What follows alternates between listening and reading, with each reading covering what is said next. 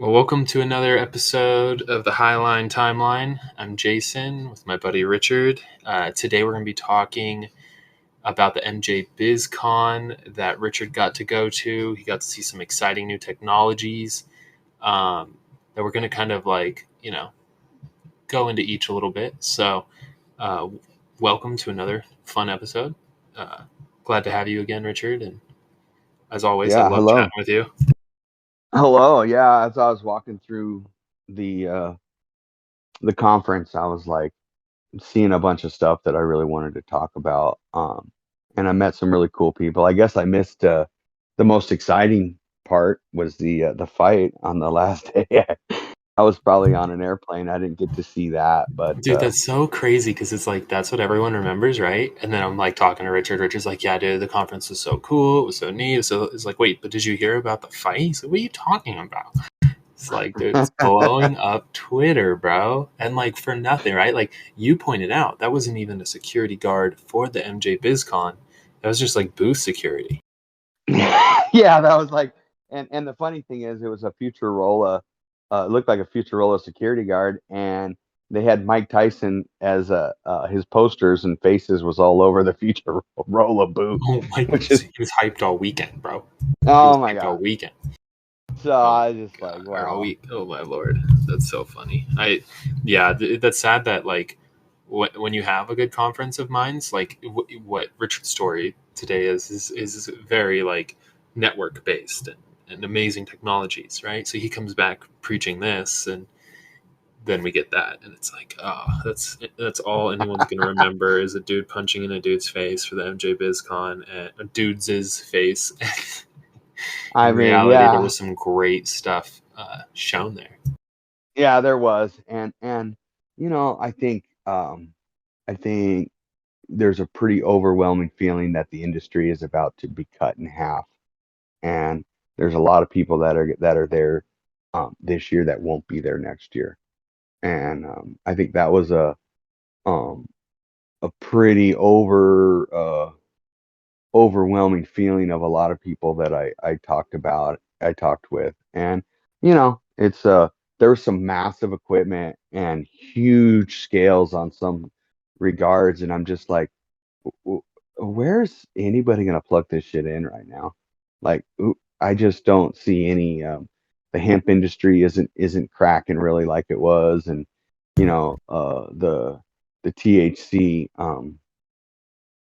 licensed industry is it's pretty well underway, and the big Yeah, ones that pretty were gonna flooded. go, yeah, it's pretty flooded, and the uh, the price of isolate CBD isolate is so low that it's like it's going to be hard to get investors to go buy millions of dollars worth of equipment to make CBD isolate, Yeah, and yeah. which is a really interest. It brings up some stuff that there's some really interesting equipment I looked at, and I had some great conversations, um and I don't know if it's just because of the booth that I was in, or if this was a theme for a lot of booths, but I'm sitting in C1D1 Labs and butane extraction equipment.com, and they have some really big stuff and some great technology. I love his decarboxylation unit. Um, that's one of my favorite parts of the my favorite problems to solve in the process of Hmm, making hmm. distillate. But what I was getting was more people trying to sell me stuff to build the equipment than people trying to buy the equipment from me. Yeah, you were seeing And like the like lube sellers, like yeah, loan I had sellers, and the people selling me vacuum pump oil and tri clamps and butane and all this stuff. And I really wanted to be there for Alex and sell his equipment. And so it was a he's got a great team. It was amazing being in the booth with an engineer that he's got an engineer on him, Luke, with him, Luke, who is an engineer and great salesperson, and I can tell they're a great team together, and I enjoyed that part of it. Um, you know, the and there's some new tech out there that and some companies that I'm just going to highlight a little bit that we're going to get more information on the companies, the tech, and how they got started, and we'll get details from them on their tech and their businesses. But um, uh, illuminated extractors, um, they didn't even have a booth, and there's a lot of buzz going around. They've solved some problems that people couldn't really solve. Um, it is not for the person that the business is trying to get in without regulations. They run propane, butane. They run all the heavy solvents. They'll help. They're there to help you get everything together. But what they're doing differently is they're not running chillers to the jackets of their equipment. They did some really smart tech that I won't go into with too much without them, but they're basically running propane to the jackets. And I say that and make it sound really easy, but it's not. And so they're running faster, and they are putting in equipment all over the world, and Mm. their recovery times, they've really kind of gotten to the thing of um, it really you can have as many columns and you can run as many butane through as many columns as you want, but the recovery speed is really what is where your speed's at, and Right, that's the choke point. that's the choke point, and they solved it. And I don't want to pretend like I understand exactly how it all works, but JD's a good friend of mine. We've known each other for about 10 years. He's one of the owners there. Yeah, And looking at some of their posts, like they're doing some serious stuff. Not only is their oil look just amazing, but like some of this is like water soluble CBN powder. Like to crack that, you definitely you've definitely created a process that's one of a kind right now. I'm like literally looking at CBDA, like water soluble CBDA. So yeah, yeah, looks like they're definitely on their stuff. they're on their stuff, and they're not a bunch of corporate assholes. Also a good They point. one of the things I really noticed is a lot of the good tech that I saw is coming out of Colorado, like Repping Boulder that home Creek. state. Yeah, and it's kind of cool because I've known JD for a long time and I've watched him build the business, but I didn't know what level he was at until people started coming up to me asking me if I know him, like he's a fucking rock star and shit, you know. And so I'm super proud of him, and excited for the interview. Boulder Creek Technologies, they've got some stuff coming out with some what are they calling it, Jason? We talked about it a little bit, Vapor static extraction. and it's no solvent. They're talking no solvent. They're talking large scale, different sizes of equipment. I think, and the weird thing is you see a lot of different equipment coming pretty late to the race, and I think that there was a lot of people, investors, a lot of extractors probably walking around saying, "Man, I would have liked to have seen this 3 or 4 years ago." And um, Yeah, I think they're that's a very interesting technology. You know, like we were talking about it. Usually, when you talk about heat, right, everyone immediately thinks rosin, right? So you're like a press. well, I'm curious to learn from them what it is. Like as soon as you tell me I'm making an extract out of heat, I'm thinking no flavor. Well, or super controlled heat, right? Because Yeah, heat it does destroy it. So it would have to be like, yeah, in a way, where you're pushing the oil out in a very minimal way of degradation, but uh, but this is all from a novice just walked by a fucking walk piece by of it, right? equipment and looked at it, and It's 14 feet tall, people. It's huge. The pictures I saw are insane. yeah, and so it's like, man, I want to learn more about it. I How many people are going to be able to buy that big piece and install it? I know um the the technology is amazing, and I want to be open minded to every extraction method that's out there because it is a monkey see monkey do industry in a lot of ways, and we learn from each other, and to see somebody come in with something new, um, I definitely have some excitement and some questions, and You did so say it's solventless, right? Like it's just heat that's what and she's saying. Yeah, and, they're st- saying and static solventless. electricity. Yep, yep. And so, like, it brings a lot to the question though. Okay, so, you know, what's your yield like? Like, how much are you really extracting? I heard 90%, but 90% on what? Remember, guys, like when you're talking about plant material, let's say it's 15% THC. Um, that's probably around the amount of oil you're going to get. There's fats, lipids, waxes, other things, right? But the higher the purity of oil you get, the more you're going to be right at that. Like if you have a pound of plant material, you're going to yield 15% of that in oil if it's a 15% THC strain. So they're talking about you're getting 90% efficiency on that conversion. So if it's like 15, that's like 13% extraction. Or if it's 25, you see what I'm saying? It's like 22% extraction. So it sounds like a really high efficiency, but yeah, you're not getting some 1-to-1 ratio, right? You're not putting 100 pounds of plant material in getting 90 pounds of oil out. That's not how No, that works. no, it isn't. But here, my test that matters to me. A lot of people, hey man, I got this great high percentage, and I believe the post processing, you can lose some, especially in distillation if you don't do it right. But for the most part, for me as an extractor, I want you to go grab a handful out of my throwaway bin, and I want you to send it out to the lab and have it tested, and tell me how much is left on that plant material. That's the test I care Right, about. right. That's the Exactly. big ha ha ha. I only left 1% or two. You know. Exactly. If there's no Um, CBD or THC, like depending on what you're extracting, right? If there's none left in that end material, then your efficiency was really high.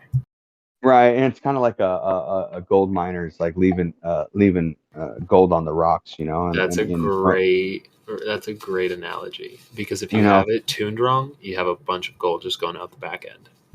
out the back end, and after talking to a facility I worked out in Kentucky, and the difference in decarboxylation at 150 versus 180 could have cost them $1 million last year.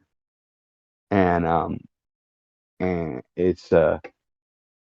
it, it's really interesting, to kind of see some of that, really where the losses come in. So I'm interested in the what they gain and what they lose, in a big old piece of equipment like that. Um, but it's the reason we bring it up is, you know it's new technology. It's big, and anything you can get away from the solvent. Like you're talking about two totally different apparatuses here, illuminated. Um, you're talking. We use solvent. They use solvent in the jackets. They use solvent to do the extraction. You're talking a lot of solvent on deck, like a Yep. lot, not Yep. not little bit, kind of sorta. Large Um, amounts. yeah, and I love it. Like, let's get down. And then you have the other side of, as a consultant and a guy who, like, okay, like, A I'll fight all purist. those. Well, it's about getting the thing installed and not scaring the hell out of a fire marshal. So I can see both sides of it, right? Like I can see, yeah, all the solvent, yeah, fucking I can legally take a butane and put it across a plant legally, and the state of Colorado or California or Oklahoma says do whatever you want, Richard. Like, that's a win. But then I know what it takes to get something like that installed. And from my experience, for easy math, let's say you buy $100,000 piece of equipment to do butane extraction. You're going to spend $30,000 to get it installed. It's a third, and it just plays very, very consistent all the way. And so, um, interesting to do something where you didn't have to worry about the fire marshal as much. You didn't have to have the solvents. And you Yeah, and it's know, not a bunch of timeout. Like that's a good example right there because not only is it not solvents, when you think of a non-solvent, you think of the rosin press, right? So you're thinking hmm small pucks, small amounts of oil, lots of labor, right, hmm to yeah, make a solventless product. But that machine, the one they were talking about, I think they said did 5,000 pounds a day, and then they have a that small one that does like 100 pounds a day yeah, that tabletop. particular big one did all that. Yeah. Yeah, so And that's like a good example of like that's a large amount. If you were talking rosin amounts, that's so huge. If you were rosin pressing 5,000 pounds a day, could you well, imagine it? yeah, and that's really close to what they're running in Kentucky in this hemp place. And you're And gonna that's with make like solvents, right? yeah, you're gonna make a lot of isolate. It's gonna be hard to sell it. And so I love I love the technology and but I don't want to poo-poo the technology with my, you know, skepticism if they're ever going to be able to sell any of it. Well, Like, in their scale, right? Like if they have that size, yeah, that's cool, and that might work for like a Canadian processor who's processing like a huge amount of an industry's oil, right? There's a couple of those companies, so there will be a couple rigs sold, but I right. think their bread and butter is going to be a smaller size for sure. The smaller size, and so that was really interesting. And then on the grow side, I saw a platform Aurora, and I really liked everything I saw. It's been the first thing that's kind of got me to where, okay, I want to settle my life down. I want to quit traveling around and I want to grow some weed. You mean both, And bro? and, and they spell it Aroya. Um and it's been a long time, since I've really felt excited that there was some new tech and that there was something different that could be done and the necessity of it. I learned about this tech from a grower, and you've met him, and you On know, our cannabis bud tour, yeah, harvest tour. right. And Joe's like, man, I can still get 2,400 a pound on some of my Gary Paytons and some of my other stuffs, but I'm still not getting what I was used to get, and I don't have the electricity and the power and the means to build out. I have to do better with what I have. And Optimizing his current facility. yep, or he's gonna have to start budgeting his money, and he don't want to do that. No, you don't want to do that in life. You want to And you want to optimize your grow, bro, and you want to spend and as frivolously as possible.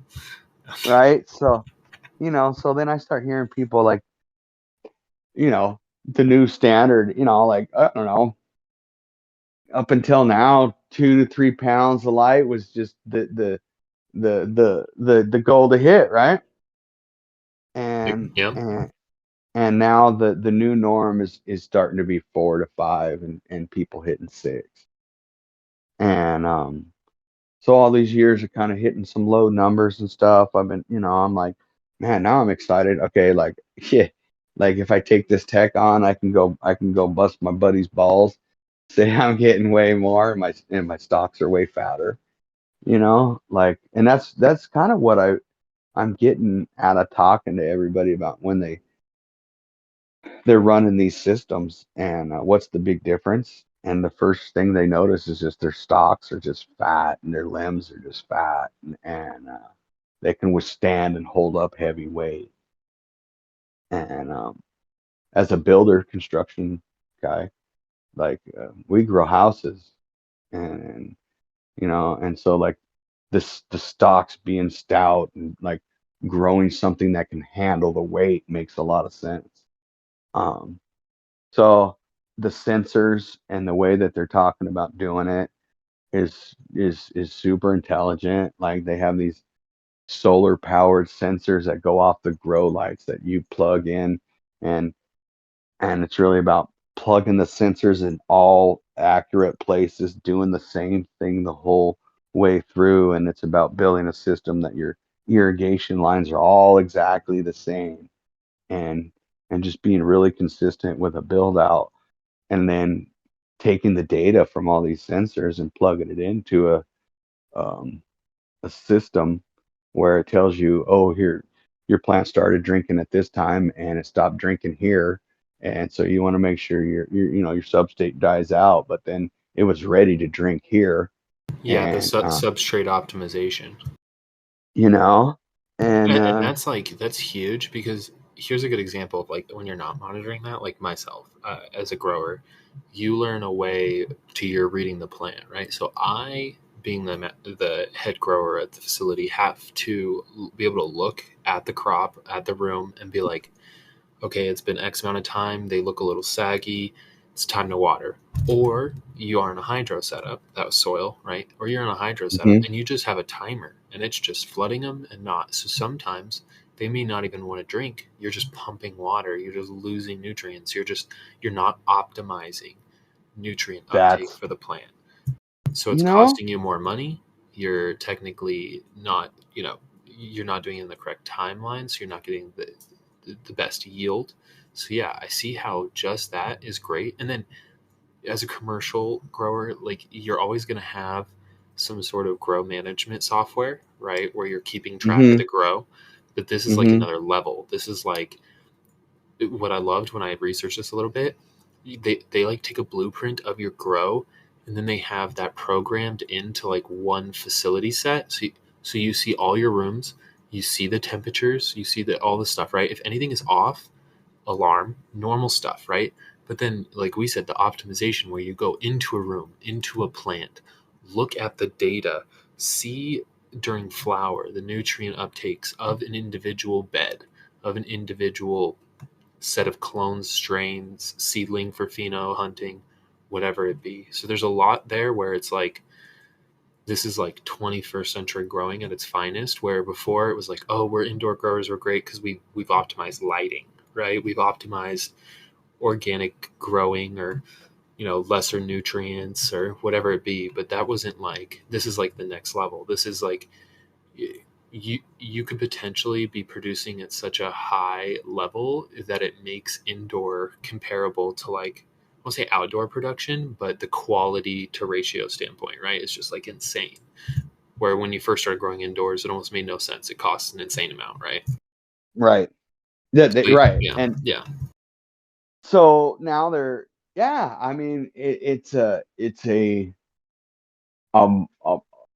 a model that's not going to be cheap. I got a second conversation with them next week about, really um what it's going to cost and what I'm going to get. And it's funny, they asked me some questions of, you know um square footage of my building, square footage of my grow, um um what substrates I want to do and how I want to do it. And I was really honest with them. I'm like, it's been a while since I grow, and I've trained a lot of people in extraction, and the people that come to me with an open mind and aren't set into I've been doing this, this, and this, um, are gonna learn and do better with what I consult them. And I'm really coming into, I've got experience in cocoa, I've got experience in rock wool, but I'm really, what do you guys say is best?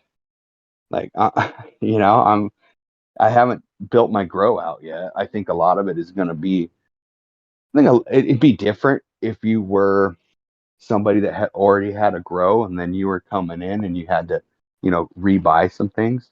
But I'm going to bring them on before I've built anything. yeah. So And from the ground up. yeah, and something small. Well, I Now, agree. It's something a test bed level. yeah, Yeah. and they have access to, now I'm sure there's some sort of an NDA or some stuff comes in that says, hey, I'm not going to share. You have to share with them your tech. If you don't want them to know what you're doing, you don't have to Right, let them right, because speak. there's a methodology there. So you're not going to optimize your growth if you're not sharing the information of your But process and procedures. I'm sure that I'm going to share. I'm there to learn, but I'm sure that they've learned a lot in a lot of these different situations that, you know I think part of the service is getting their input and getting Right, them to right. tell you Well, long term, that's it, right? Is that exchange, yeah. that service, and them helping.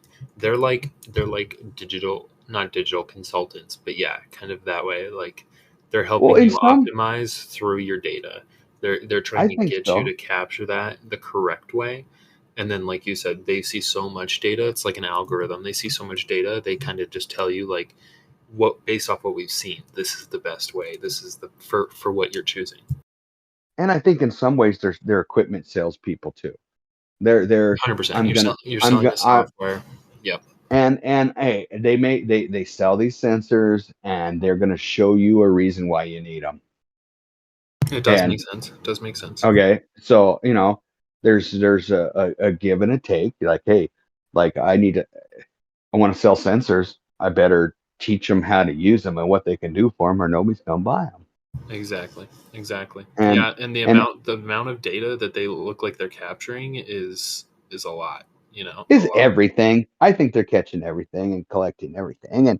And so, when you get to, all right, I got something new and I got to hear people getting 4 to 6 pounds of light. Like, all right, I'm interested. I can put together a 25 or 50 light grow in Oklahoma pretty damn quick.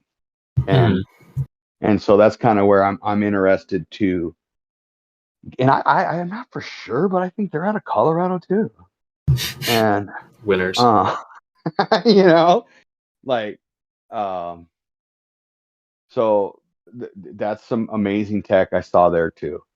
Yeah, I think that that's next level right there. That like the more we've talked about that, the more I see. Like I've seen sensor stuff, right? I've seen Optim, but I have never seen like if you combine both. If you combine like individual plant monitoring with grow monitoring with a little bit of R&D on the grow side, like you could optimize an insane amount because you're tracking that data. And then like I could foresee like huge water savings, huge nutrient savings, huge yield increase, uh choose huge catches of oh shit.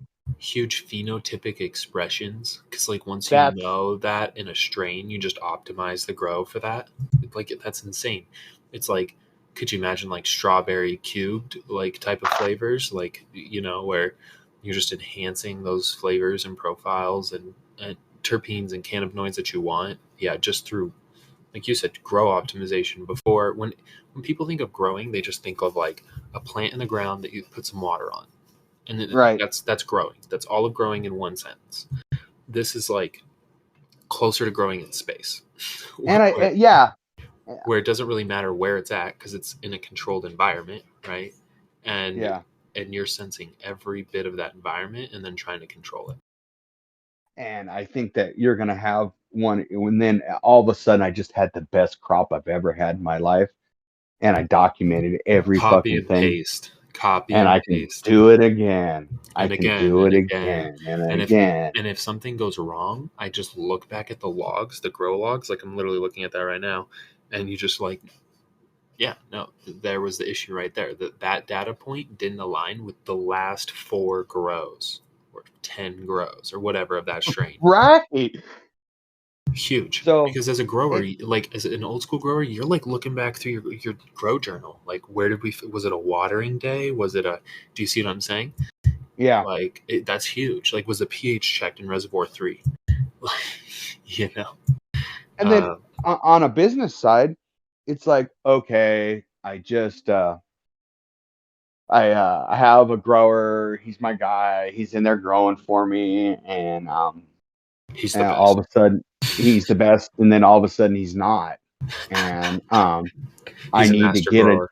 Yeah, all of a sudden he just became a prima donna asshole, and I'm about ready to change the locks on my facility and give him his 2 week notice, and I need to plug somebody new in there, and they're gonna have a daily log on what they do, and Yeah, that's they're gonna be huge. told what to do and how to do it, and then I'm gonna be able to get on there and watch what they're doing and see if they Yeah. do it. Well, and what's even better too is that develops a natural standard operating procedure for a facility, because you put Yeah, enough rotations in, you have the booklet on what you need the next generation of people Right. doing. You're like, okay, this is what we do. Just follow this. Today's watering, it's this, it does that. This is the strain. Does that all make sense? Here's the software. It's more software training than anything at that point, and just showing them the sensor placement, all those things, and making sure everything's correct. But once it is, you're sitting in like a control room, where Yeah. outside of the grow, and you're monitoring all your grows through this control room. Um, where yeah, you could have live feeds, you're going to go check the plants, you're still going to be hands on, right? But a majority of your time is going to be making sure that these data points are met, that everything is consistent. And then you're going to adjust, right? Like you're going to be sitting Hmm. there in this control room, call it a war room too, because you're sitting there Yeah. planning and just like, okay, no, to optimize that, we should do this. Where before you're not taking that time, like maybe when you're smoking your joint after work as a grow manager, you're like, dude, Right. man, to optimize blueberry better, I think we should Right. put in some more metal haloids next to the high pressure sodiums. Right. Like that's the old school troubleshooting improvement methodology of a grower, right? And this is different. Yeah. This is like bullet I'm going to sit in points. front of a computer and smoke that hmm joint and make I'm that going to look decision. through the data logs. We're going to sit down and discuss, and then based on that data, we're going to make a decision. And There you go. that's huge. That's so huge. So here's the deal. Let's say it costs me. I get there, I get through the webinar, I talk to these guys, and let's say they charge me $15,000 a year to monitor my shit for me. Okay, like let's just say this is just a number, 15, even 20. Well, all I got to do is grow an extra 15 pounds a year to pay for them. hmm hmm And And technically, if you already, like in your case, it'd be hard, right, to measure that value because you're start from scratch, right? But like, let's say you already have an operating facility, you already know what your standard numbers are. If by them bringing in the product, the sensors and the software and teaching you how to use it improves your yield to the point they could easily show you based on your old numbers and your new numbers, this pays for itself, right? And some. yeah, I think the hardware purchase would be harder to justify if I was already up and going. Okay, if I had to make major changes. 100%. Well, and my That's guess not the is case. they're sensor based, yeah, and then yeah, because the thing is like with controlled rooms, you're controlling everything from reservoirs with pumps and timers and software. So it's pretty Hmm. much that same setup, is my guess. Yeah, you could have like a manual aspect where, oh, I'm a soil grower, so I'm gonna craft my own soil, right? Right. Um, but you're still going to have a sensor in the soil monitoring the humidity, monitoring the nutrients. You see what I'm saying? So Yep. it's still going to be the same thing. You're still going to have a pump to a reservoir with a drip system. Like Yep. that's just how optimizing those systems works, because you can't have a dude like, how much did you pour? I think I poured a quarter of the jug. you know Right. that, that that's not a data point. So you have to have like 1.85 liters went into this plant, you know? So, Yeah. We um, really kind of digressed a little bit from MJ oh, BizCon, but sorry. This is what happens, guys, in our conversations. We like go hella meta, the little Facebook reference there, um, and try to just like, we really like diving deep on how these technologies can help. And we were feeling the same way. Like when you were talking to me about some of these other processing technologies from the conference, it was like every time I go to a conference, like I've been going to conferences for 10 years, okay, in the industry, but the fact that there's still like new technologies coming out, and not even that, like improvements on old technologies to a point where we're extracting, converting new cannabinoids, like in totally new methods, like in I this think the case grow side's been solventless is in huge. the grow side's been in a dark ages, and they haven't had 100%. anything new come out for a while. All the Um, tech has been in the extraction side. it really has, and so I just really, after I was told about this, and I really got excited about it, and I think it's I don't know, man. To me, it could is it could a businessman say, hey, I can I don't need my master grower to start. I can hire this company, I can build out like they tell me to, and then I can have them, you know, train my employee. Because for me, growers and extractors can be the biggest prima donnas in the world, and to get them to do something new and different is a chore. And 100%, especially when they're stuck in their ways. Like a master grower like that, he's kind of stuck in his methodologies and growing. Introducing something new to him is, especially after like a 5, 10, 20 years of growing, is very hard. especially a 35, 40-year-old man, I'm gonna, hey, old man, you're gonna learn some tech now. Now, there's some of us that are cool and everything, and there's some of us that, like, Mhm. still don't want to pick up an iPad. There. I know guys who still read the fucking newspaper, like the paper. My dad doesn't know how to turn a computer still. He's not in the cannabis industry, but he does think he's an insane grower, like, because he's from Humboldt.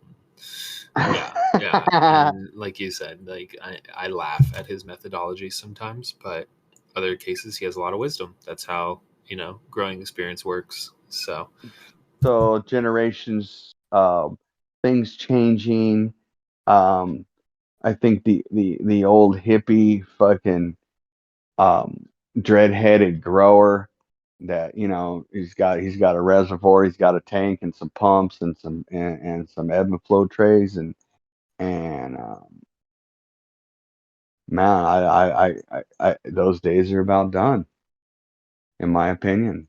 I think if people are already getting, no lies, legitimately getting 3 pounds of light, maybe they don't need this. But if you're still getting a pound and a half and you're not hitting that 2 pounds of light, um, with the drop in the pricing and everything, you really don't have a choice, man.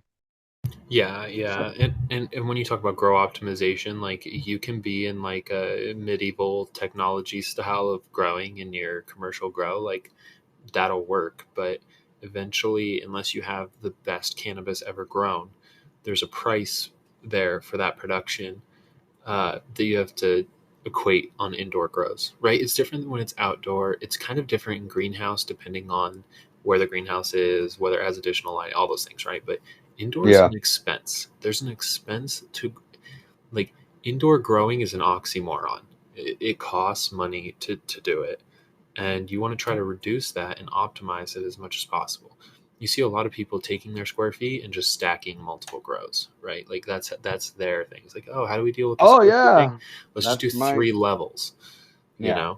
know. Which is That cool if you got the power. totally, and that's what I was just about to bring up. Like, there's still the expense of the raw inputs, the lighting expense, the nutrient expense, the labor expense, all that. What we're talking about is reducing all those costs. So even if you stacked 3, you're still reducing the costs by using these grow technologies to make everything more efficient. But this is growing, and intentions matter, and environment matters, just in the energy of the people that are doing it, right? Yep. So it's like you're gonna lose some of that when you get rid of the old guy that's been doing it. And the reality is for me as a patient, like, I want nothing but fire indoor from that hippie old man, and I want it in a Mhm. Ziploc bag. I want it in a Ziploc bag. I don't want it in no fucking childproof fucking, container, or, I want it in an old school fucking film case, or I want it in a Ziploc bag. And so it's like, it's a little bit heartbreaking, but at the same time, it's like, this is fucking 2022 now, man.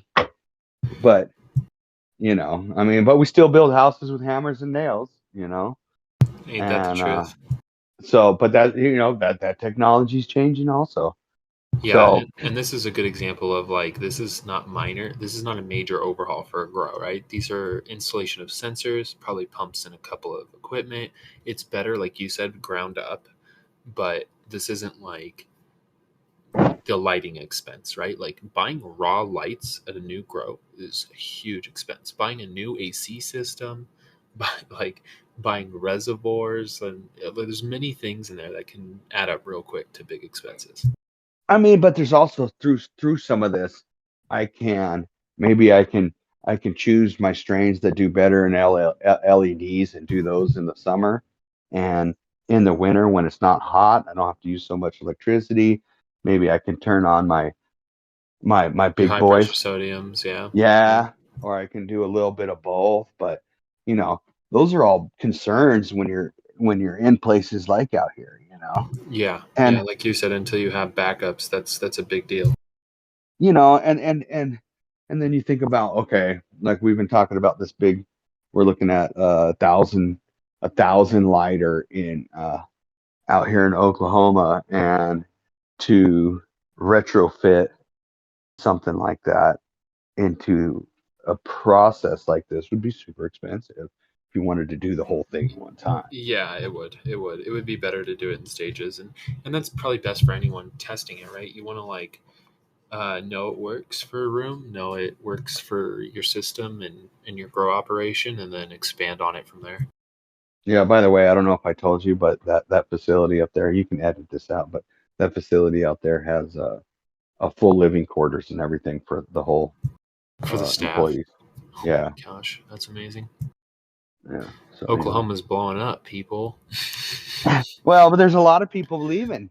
Yeah, that's the boom and the It's bust just aspect. It's happened in this. Colorado too. If you want to be a long term player, you got to go through that. There's that little lull, you know. So I mean, that yeah. valley, you got that valley. So So as far as you know, the conference, you got to see a lot of people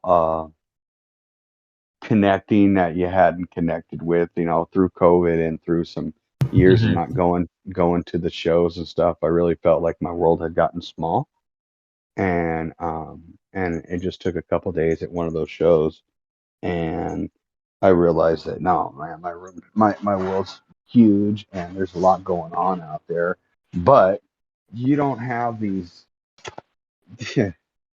You don't the investors have gotten smart. It's not a sexy business anymore. They're not trying to run out there and invest in the cannabis industry to impress their families and wives and shit anymore.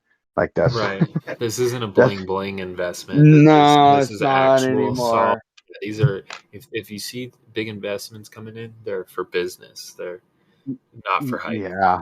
No, and that's the way it was for a lot of times, man. You had projects come in and people like, hey, you know, I want you to build this facility for me, and and you know the extraction business has changed, and you know there's a forum, Future 4200, that I can honestly tell you it changed the course of the extraction industry and all those, you know, the so it really started out, you know, hey, we're going to give you free tech, but it was like, well, man, if we don't, we gotta give out tech to teach people how to extract, so they'll buy our equipment, and we'll Yeah, make the relationships on giving the free tech out. yeah, And yeah, yeah. The methods, yeah. so you know that's all cool and everything, and it's really interesting now. Like some of the companies are joining, and then some of the old OGs, you know, like are, and I'm not going to blow anybody up because it is kind of a funny industry and everything, but I would say some of the companies that I worked with and know, some, they're all fucking anti Good Life Gang. They're not joining. And when you get on the forum, and this is just from me talking to people, um, I don't know, I probably had a conversation with three or four people. The forum is really for uh, newbies and a few tech guys looking for fucking fame and fortune, and looking to get their name out there.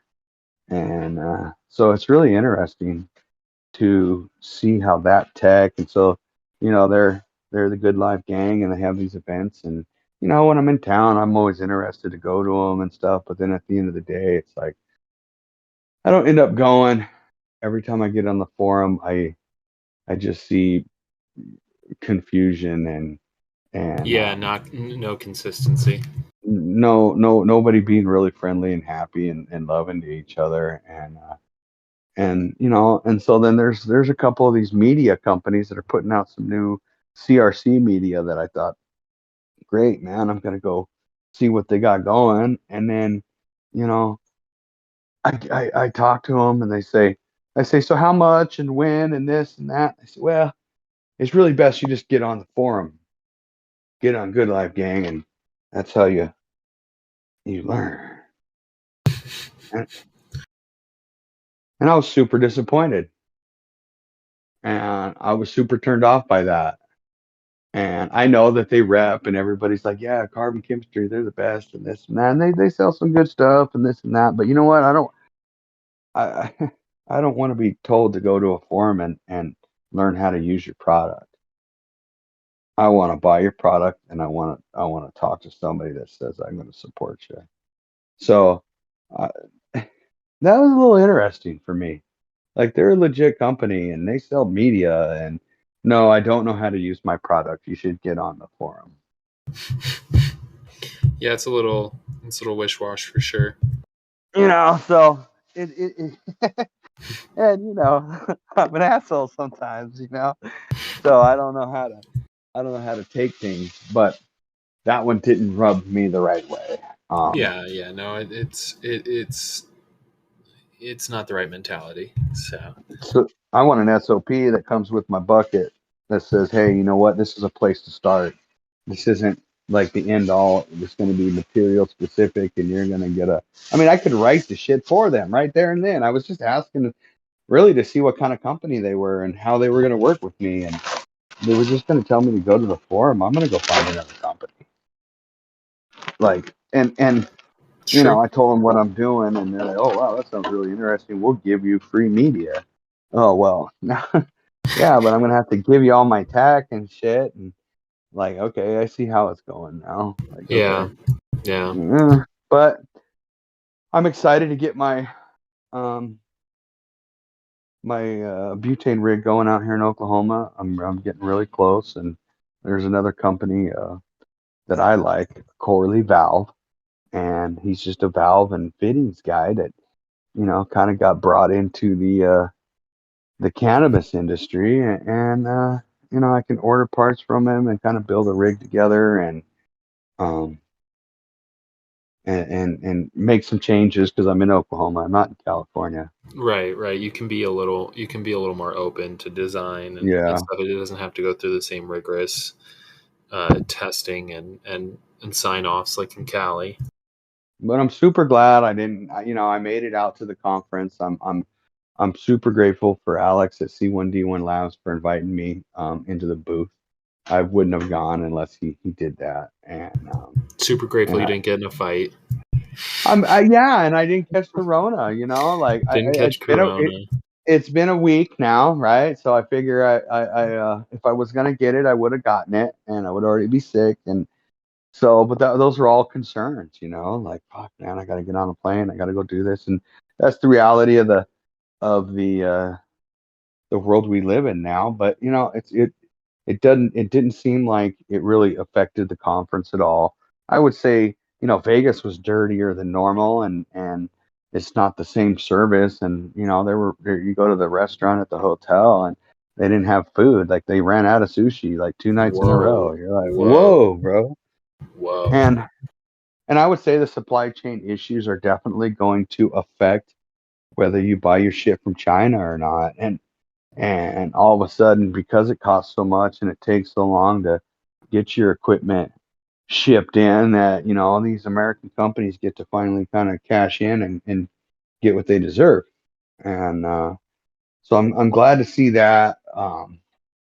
I saw some great gummy manufacturing companies. You could buy equipment to make candy. I was really um, what was this company?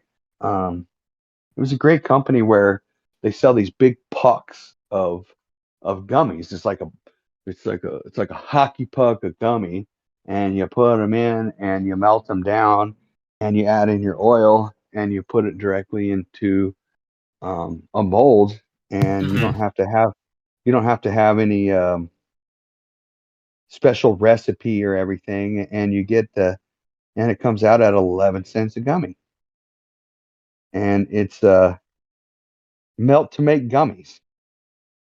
And I thought that was a great innovation for anybody, any small mom pop business that wants to, um, because they tasted great. They got the bitchin' recipes, and they'll send you a nice sample pack, and literally you can do it in any kitchen. They turn out bitchin', and it's a puck about the size of your fist, and you melt them down. You pour them into a mold. You melt them down and dose them, and pour them into a mold. And I really thought that was cool for um, your average. I mean, anybody with a food grade facility can get a hot plate and make gummies. Um, I thought that was really neat, and